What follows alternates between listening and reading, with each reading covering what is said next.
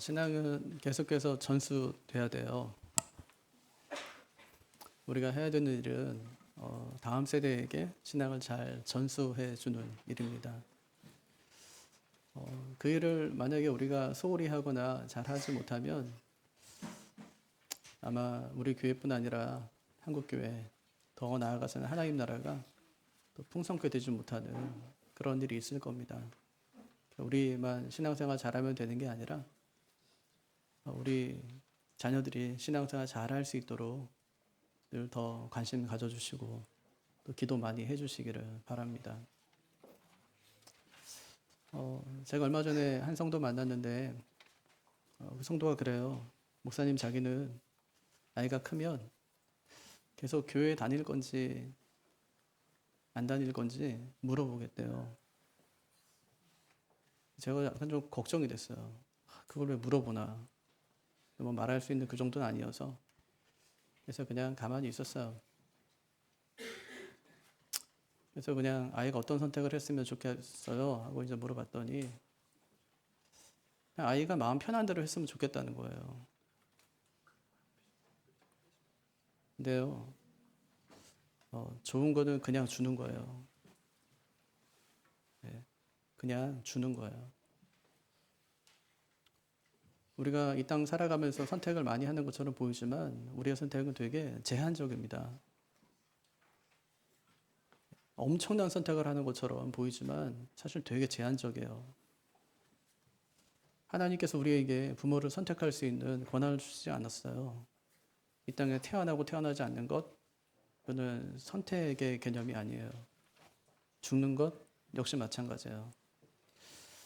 구원받는 거 마찬가지예요. 그냥 하나님이 좋은 거는 주는 거예요. 우리가 어떻게 할 수 없는 것들, 아주 큰 것들, 예를 들면 지구도 주고 공기도 주고 태양도 주고 빛도 주고 바람도 주고 농부가 열심히 농사를 짓지만 95%는 하나님이 해줘야 돼요. 하나님이 햇빛도 주고 바람도 주고 빛도 주고 해야 돼요. 그럼 나머지 5%는 열심히 일해가지고 나중에 이제 수확을 거두는 거예요. 근데 사람들은 보통 이제 내가 열심히 노력해서 이렇게 많은 수확을 거두었다라고 얘기하지만 사실 하나님이 다 해준 거예요. 우리 인생이요. 하나님이 다 해준 거예요. 하나님이 건강 주지 않고 하나님이 아프게 했어요. 하나님 내 눈 보이지 않게 했어요. 하나님이 다 해준 거예요. 우리가 할 수 있는 거는 정말 요만큼밖에 되질 않아요. 하나님은 좋은 거는 그냥 다 줘요. 그냥 주는 거예요. 하나님이 그냥 주고 살래요. 좋은 것 가지고 살아. 좋은 것을 선택하고 좋은 것을 보고 좋은 것을 누리며 살아가기를 하나님께서 원하세요. 근데 우리는 그건 다 잊어버리고 내가 선택하며 너 내 감정대로 내 결정대로 인생을 살아가려고 애를 써요. 자녀들에게요. 좋은 거는 그냥 주는 거예요. 예배하는 거요. 함께 예배하는 거. 아이들에게 그냥 주는 거예요. 하나님을 예배할 수 있게 아이들을 그냥 가장 좋은 것으로 아이들에게 선물로 주는 거예요. 저는 예배가 그렇다고 생각해요. 아이들이 예배할 수 있는 거, 우리가 함께 예배할 수 있는 거, 이거는 가장 좋은 거예요. 그래서 아이들에게 주는 거예요. 예배는 이렇게 좋은 거란다. 함께 모인 것은 이렇게 행복한 거란다. 나중에 하나님 나라에 가면 아이부터 시작해서 많은 사람들이 함께 살아가겠죠. 하나님 나라는 이렇게 경험하는 거예요. 함께 예배하면서. 아이들이 장난치고 떠들고 해도 아이들이 웃고 그래도 상관없어요. 아이들은 원래 그래야 되니까. 아이들이 움직이지 않으면 그건 아이가 아픈 거거든요. 그럼 진짜 문제예요. 아이는 움직이게 돼 있고 떠들고 장난치게 돼 있고 그렇게 돼 있는 거죠. 하나도 안 듣는 것처럼 보이지만 아이들은 다 들어요. 제가 어릴 때부터 신앙생활 했잖아요. 목사님한테 관심 하나도 없거든요. 말씀 전하는 거 하나도 관심이 없어요. 근데 자꾸 앞에서 떠드니까 한 말씀, 두 말씀 듣게 되는 거예요. 믿음은 들으면서 난다고 그런 시간이 오래 쌓이다 보니까 신앙이 저절로 성장하게 돼요. 함께 예배하는 기쁨을 우리만 누리는 것이 아니라 우리 자녀들도 함께 누릴 수 있도록 그렇게 아이들을 위해서 늘 함께 기도하면서 우리 교회가 다음 세대에 잘 양육하는 그런 교회 되기를 바랍니다. 하나님은요, 진짜로 다 줘요. 다 줘요. 그래서 예수 믿기만 하면 하나님이 다 구원해 주세요. 너무 단순하잖아요? 구원까지 하나님이 다 주니까 너무 단순하죠. 근데 사람들이 믿질 않아요. 왜 그러냐면 몰라서. 오늘 말씀 보니까 사람들이 믿지 않는 이유가 딱 하나래요. 몰라서 믿지 않는다 그렇게 얘기합니다. 그래서 바울이 이것을 알아야 된대요. 그리고 더 많은 사람들이 알도록 전해야 된다 그렇게 이야기합니다. 그게 오늘 말씀이에요. 구원받으려면 어떻게 해야 될까요? 복음을 알아야 돼요. 이것이 구원의 첫 단계. 복음을 알아야 돼요. 1절 말씀 읽지는 않았지만 우리 성경 찾아서 1절 말씀 같이 한번 읽어볼까요? 1절 시작. 형제들아 내 마음에 원하는 바와 하나님께 구하는 바는 이스라엘을 위함이니 곧 그들로 구원을 받게 함이라. 여기 보니까 원하는 바를 구한대요. 원하는 바를 구하는 게 뭐예요? 이건 기도예요. 원하는 바를 구해요. 뭘 위해 구하죠? 유대인들의 구원을 위해서. 유대인들은 이미 하나님 백성이에요. 또 말씀도 맡았어요. 근데 문제는 뭐냐면 예수는 믿지 않아요. 믿지 않으니까 구원받지 못해요. 그래서 바울이 기도해요. 뭐라고요? 하나님 이 백성들을 불쌍히 여겨주십시오. 이 백성들을 구원해 주십시오. 이렇게요.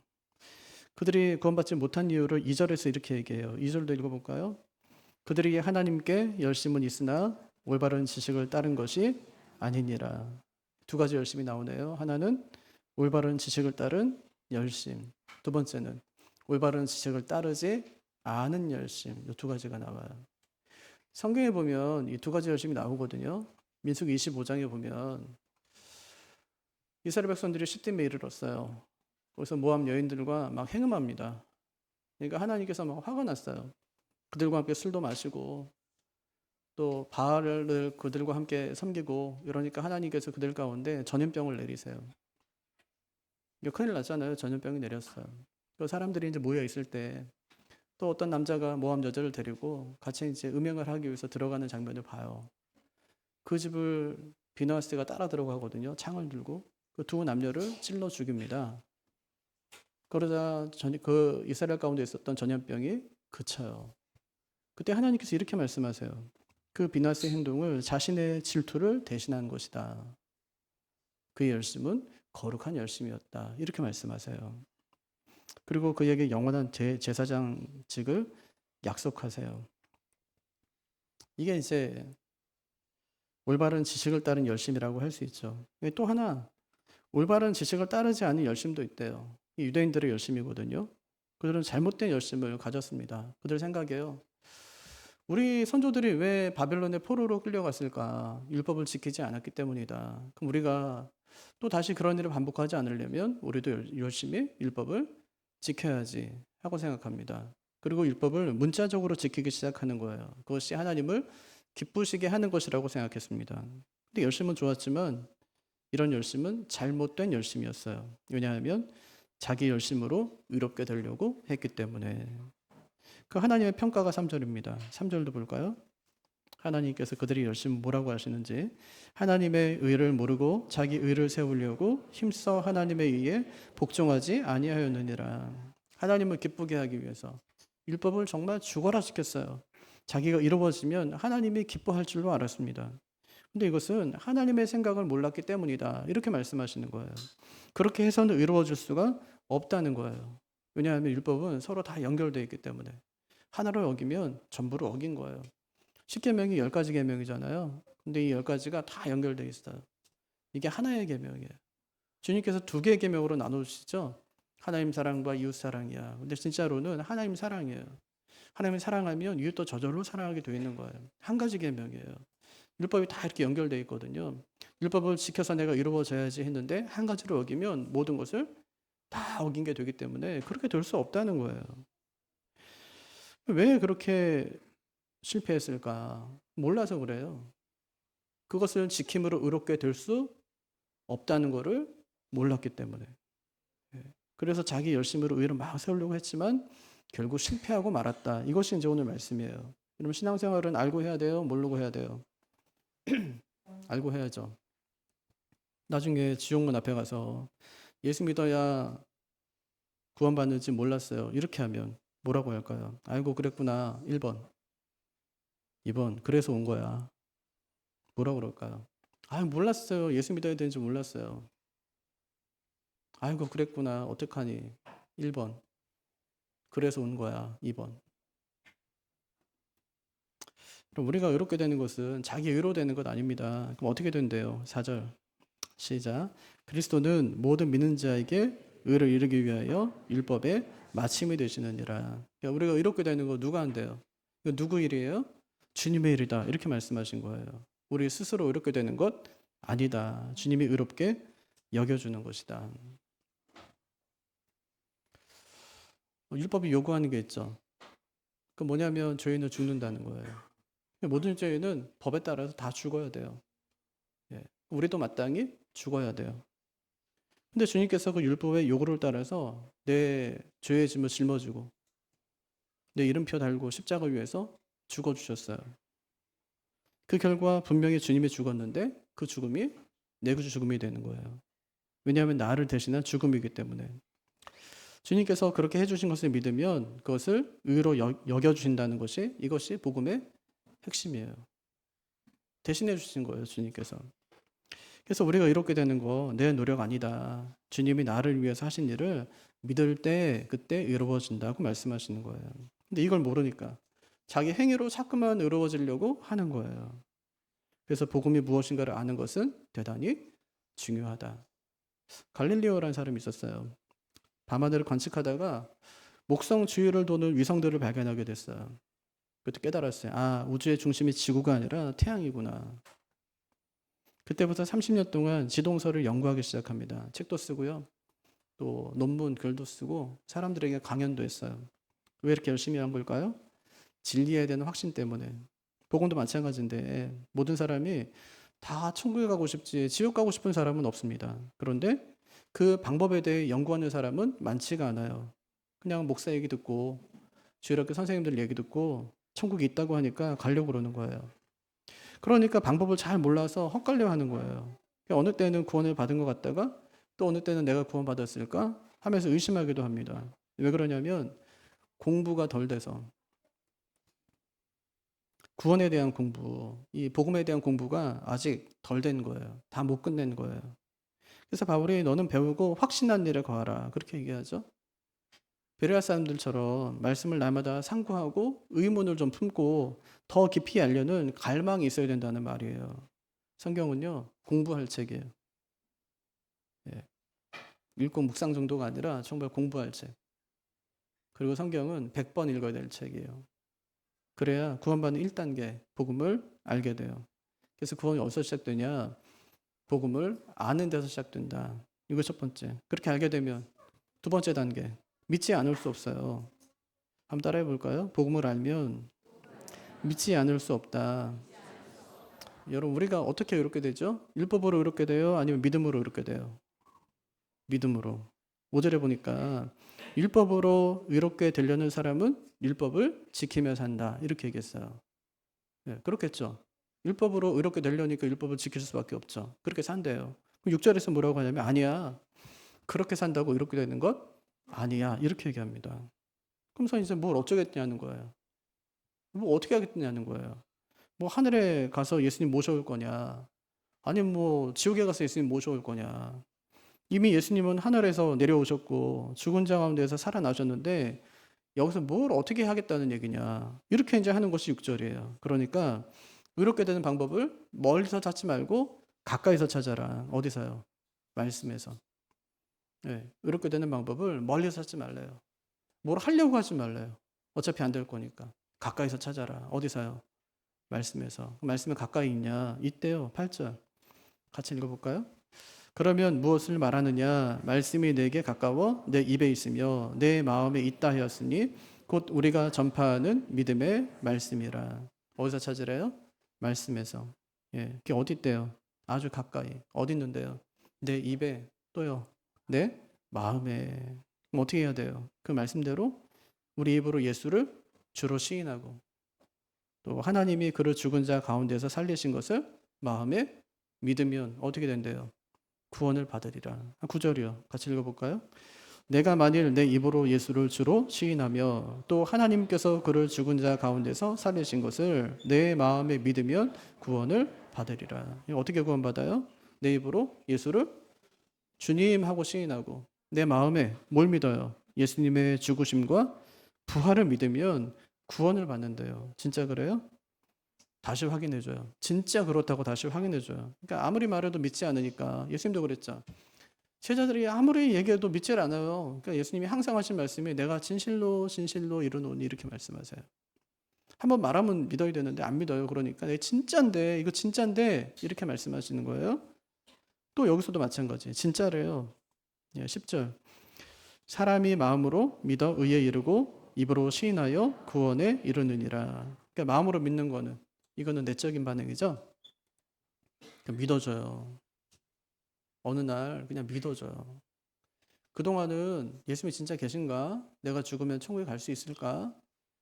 생각해 답이 없었는데 어느 날 그냥 갑자기 믿어줘요. 그게. 그건 내가 하는 게 아니라고요. 믿으려고 한다고 믿어지는 게 아니라고요. 누가 해줘야 돼요? 하나님이 해줘야 돼요. 성령께서 해줘야 돼요. 오늘 아이들 찬양한 것처럼 성령님 도와주세요. 성령님이 해주셔야 되는 거예요. 두 번째, 입으로 시인하여 구원에 이르느니라. 이건 외적인 반응이겠죠. 마음에 있던 믿음이 입술로 고백되는 거예요. 주님 사랑합니다. 저를 구원해 주셔서 감사합니다. 이렇게 주님 믿은 사람은 주님의 책임져 줘요? 안 줘요?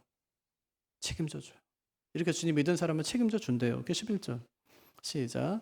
누구든지 그를 믿는 자는 부끄러움을 당하지 아니하리라. 부끄러움 당하지 않는다는 말은 뭐라고 그랬어요? 멸망하지 않는다. 무슨 얘기예요? 구원 받는다는 얘기예요. 그래서 복음이 되게 간단한데 우리 입으로 예수님을 주님 하고 시인하고 마음으로 그분이 내 죄를 대신해서 죽으시고 다시 살아나는 것을 믿으면 구원받는다. 그럼 구원에 대한 확신을 가질 수 있겠어요? 여러분 입술로 주님 하고 부르고 계세요? 정말 내 마음으로 주님께서 내 죄를 대신해서 십자가에서 죽으시고 다시 살아나셨습니다 하는 믿음의 고백이 내 안에 있어요? 그 사람은 구원받는다 이렇게 말씀하셨어요. 그럼 이렇게 구원받은 사람은 침묵할까요? 아니면 다른 사람에게 말할까요? 당연히 말하겠죠. 갈릴레오가요 1609년에 망원경을 자기가 만들어가지고 하늘을 그때부터 관찰하기 시작했어요. 그때 모든 천체가 지구를 도는 게 아니구나 하는 것을 깨닫게 되었어요. 이 사실을 깨닫게 된 다음에 침묵했을까요? 아니면 전파했을까요? 그 다음해인 1610년에 별들의 전령이라는 책을 써요. 그리고 코페르니쿠스의 지동설을 그때부터 지지하기 시작해요.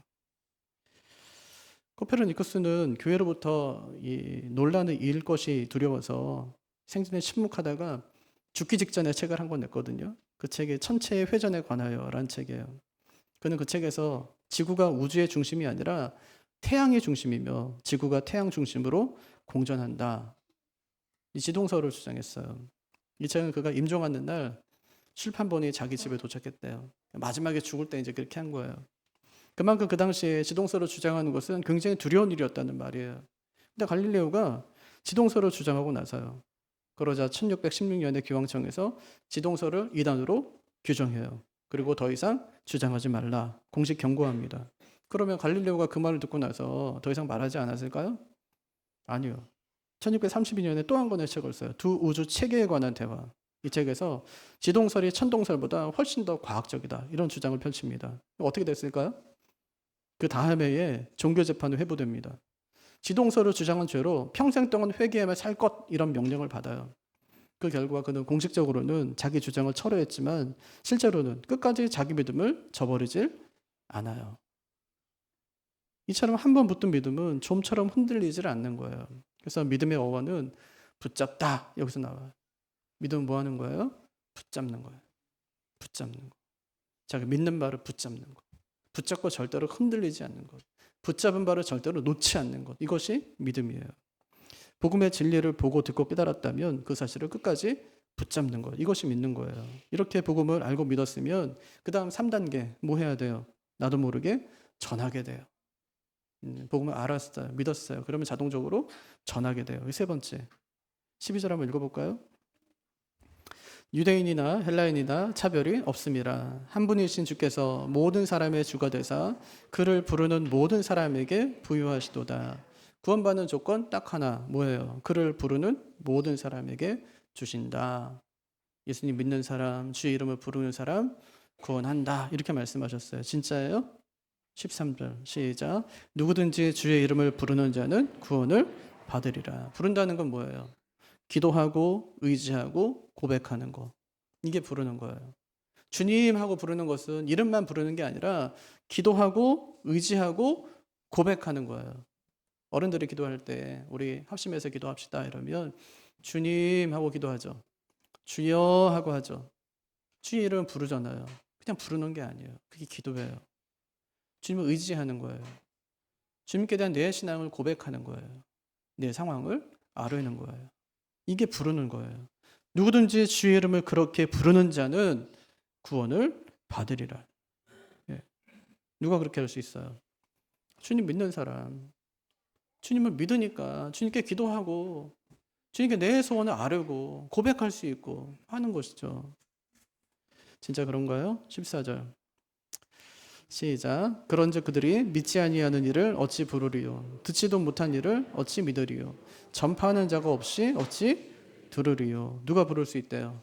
믿는 자 믿으려면 들어야 된대요. 들으려면 누군가가 전해야 된다고 말씀합니다. 왜 그렇죠? 17절도 한번 보세요. 17절 시작. 믿음은 들음에서 나며 들음은 그리스도의 말씀으로 말미암았느니라. 그래서 칼빈이 뭐라고 하냐면 복음은 구름에서 비가 떨어지듯이 우연히 임하는 것이 아니래요. 아침에 약간 눈이 조금씩 오더라고요. 예, 그렇게 구름에서 비가 떨어지듯이 우연히 임하는 것이 아니라 하나님이 보내신 곳에 사람들의 손을 빌어 전해진다. 예, 구원의 핵심은 믿어야 된다는 것이고 믿으려면 들어야 된다는 것이고 들으려면 누군가가 전해야 된다는 말입니다. 그래서 복음을 전하는 것을 아름답다 이렇게 얘기하는 거죠. 예, 그게 15절 마지막 15절 같이 읽어보죠.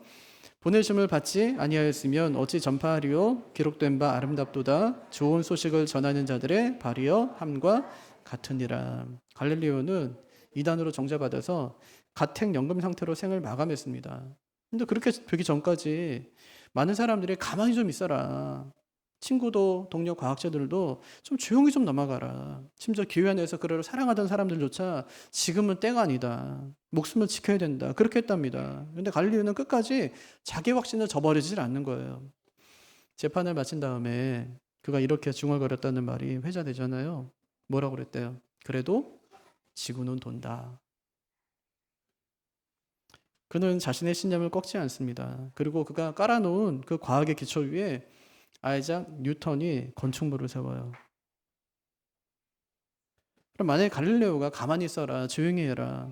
그 말을 듣고 침묵했다면 아마 이 달이 구덩이 투성이라는 것을 아마 몰랐겠죠.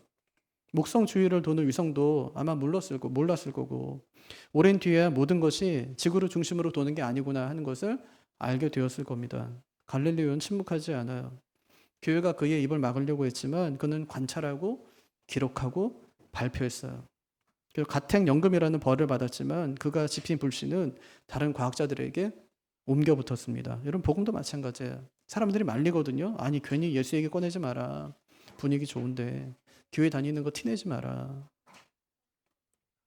오늘 주부인 러브레터 제가 보니까 집사님 쓰신 글인데 예전에는 교회 다니지 말라고 그랬대요. 사람들에게.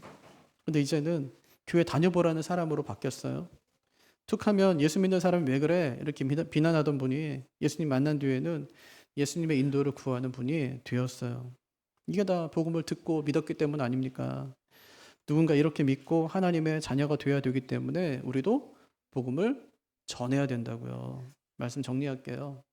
구원받는 원리가 되게 단순합니다. 첫째, 어떻게 해야 된다고 그랬어요? 복음을 알아야 된다.